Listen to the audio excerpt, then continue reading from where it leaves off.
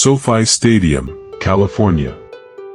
Iran and New Zealand just wrapped up a dramatic 2-2 draw in Group G of the 2026 World Cup. To the untrained eye, it's just a standard, hard-fought point in the group stage. But for those who know the context, this was never just a football match. Because to even step onto that pitch, the Iranian national team had to survive psychological warfare that no country should ever face at a FIFA World Cup. Terror, blatant discrimination, and a systematic attempt to destroy their mental composure before a single ball was kicked. And it all started at the very top. Donald Trump, the president of the host nation, made a public statement that made the entire sporting world gasp. He stated that it was fine for Iran to play, but added, "The worry is if the Iranian team wins." Not a statement from a referee, not from FIFA, but from the president of the host United States. From that moment on, the madness that followed began to make sense. Imagine this. You are a professional athlete. You fly halfway across the world to play in the most prestigious tournament on earth. But the moment you land, you aren't greeted by fans, you are greeted by aggressive political protests. And that was just the appetizer. In a move that completely shatters the spirit of fair play, Team Iran was not allowed to stay or camp in the United States. Let that sink in. They were forced to lodge and train in Mexico, and were only permitted to fly into the US on match days. The moment the final whistle blew, they were ordered to pack up and leave the country immediately. This wasn't the protocol for a sports team, it was the protocol for an enemy state. And then, the breaking point. The team received anonymous deliveries at their camp. Body bags. A sick, targeted death threat designed to paralyze the players with fear before they ever touched the grass. But football has a beautiful way of defying tyrants. Iran, a team that historically plays defensively on the big stage, unleashed a side nobody saw coming. They didn't park the bus, they attacked with fearless fury. Every time New Zealand took the lead, Iran struck back. Ramin Razian made history by becoming the first Iranian to score and assist in a single World Cup match, and Mohammad Mohebi fired home a clinical equalizer in the 64th hour to secure the point.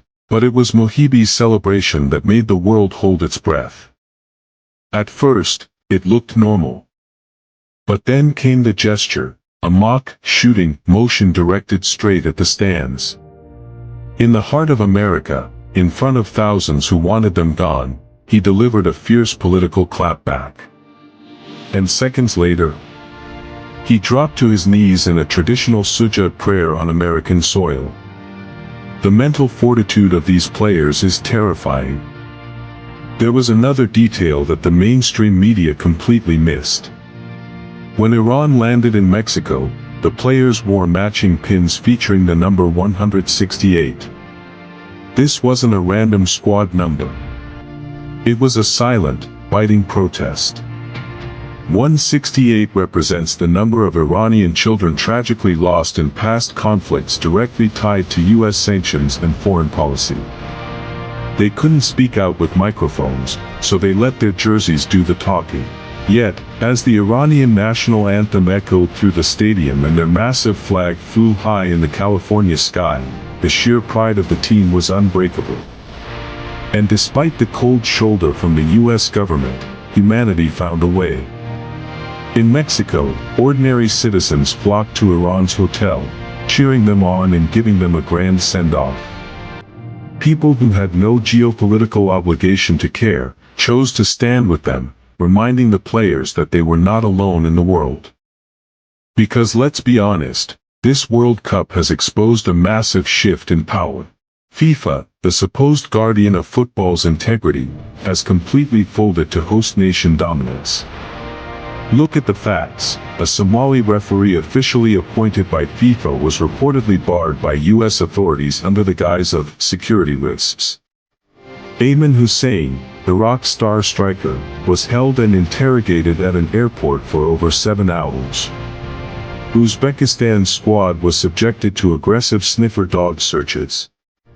Even at a Brazil versus Morocco press conference, a journalist was strictly forbidden by FIFA staff from asking a question in Spanish. It makes you wonder, is this a global festival of football, or a demonstration of American hegemony?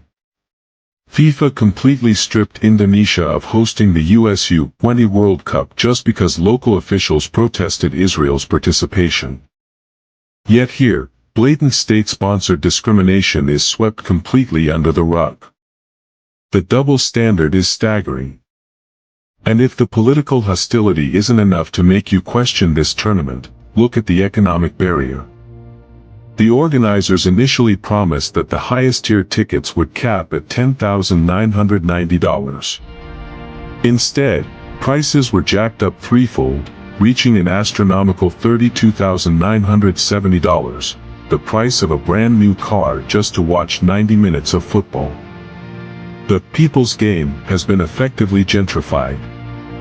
The vibrant, chaotic, passionate energy that defines a World Cup has been replaced by a cold, sterile, corporate atmosphere. Even beloved global creators like Indonesia's Fadil Jaidi, who planned a dream trip with his family, couldn't get in because his father, Hakma, had his visa flat-out denied. The game belongs to everyone. But this World Cup? Clearly not. Yet, despite the body bags, the protests, the forced travel, and the immense psychological weight, Iran played. They stood tall on the very soil that tried to diminish them. They fought back twice, and they took home a point that means infinitely more than its value on a group stage table. And now, the world watches the bracket. If fate aligns and both Iran and the USA finish as runners-up in their respective groups, they will collide head-on in the round of 32. A literal battle for pride on the pitch.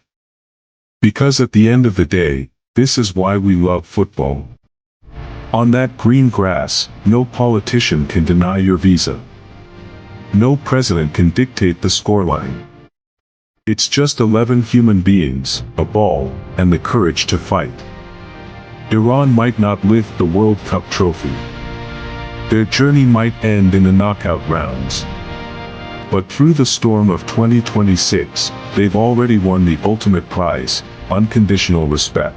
They showed the world that a nation's dignity cannot be crushed by sanctions, threats, or isolation.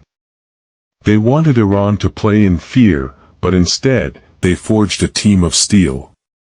Iran walked away from that pitch with something far greater than 3 points. They walked away with their heads held high. And in life, just like in football, that is the greatest victory of all.